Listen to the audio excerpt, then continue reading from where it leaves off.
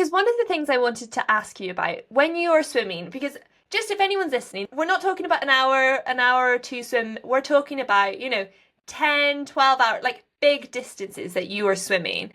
So how do you motivate yourself? What is that kicking in of discipline? And I guess to an extent, is it the missed opportunity, as you put it, of you could have made it to the top level of the Olympics, and obviously now you have this second chance of being the best athlete that you can be. I think you put it perfectly there. So maybe that kicks in at that really difficult. It's kind of like that 2/3 point, isn't it? Where the middle third, you're like, I'm in a third, I've done that, but I still have like twice as much to go. That's when you really need to kick in and think, why am I doing this? What is the why for me? Not to horrify you, but actually a 12-hour swim is a short swim for me. I've done two swims over 24 hours, and in 4 weeks' time, I'm doing another 24-hour plus swim, and that's the I direction feel I'm like you've going. leveled up my questions now. Okay, why? Okay, I know you wanted to go to the Olympics, but that's not a good enough reason to swim for 24 hours. Yeah.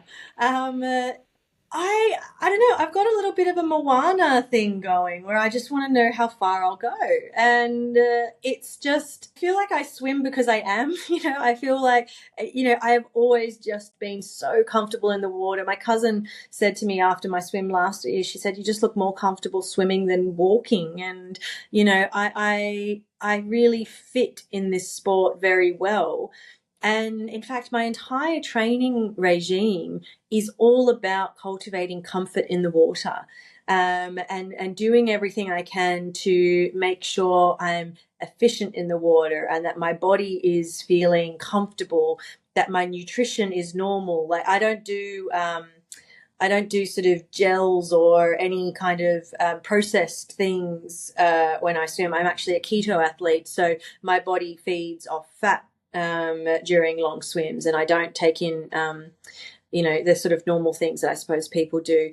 I focus a lot on efficiency, and for me, I think it's part of this sort of innate love of the water that I have, and part of this, I've never, I've always felt I could go further, and it's like a puzzle to work out. And you go, okay, last year when I had my first attempt at swimming from Italy to Albania, I swam 28 hours, and then the wheels fell off the wagon, and I got pulled at 28 hours with 10 kilometers to go. But my body was fine. It was mentally, I was just feeling really sorry for myself, to be honest, because it was a really hard swim. And I was kind of, like, I just had a crappy attitude where I'd encountered a few unexpected challenges throughout that swim.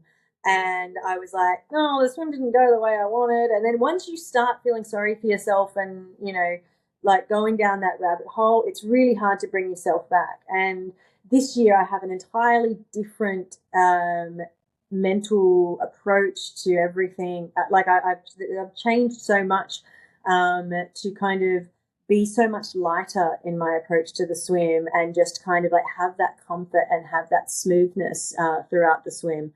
So yeah, look, I mean, I understand that it's not everyone's cup of tea, but for me, it's just something I feel really comfortable with. And to be honest, I did my first 24-hour swim 2 years after starting long distance swimming. Like, so I didn't even kind of start with the smaller distances first. Most people start with the English channels and all of that, and then they can progress up. But I was like, I think I can swim for 24 hours, so I'm just going to do it, and I want to see where I go from here. And yeah, so to be honest, I can't really explain it very well, but there's a lot of love and passion that I put into this sport.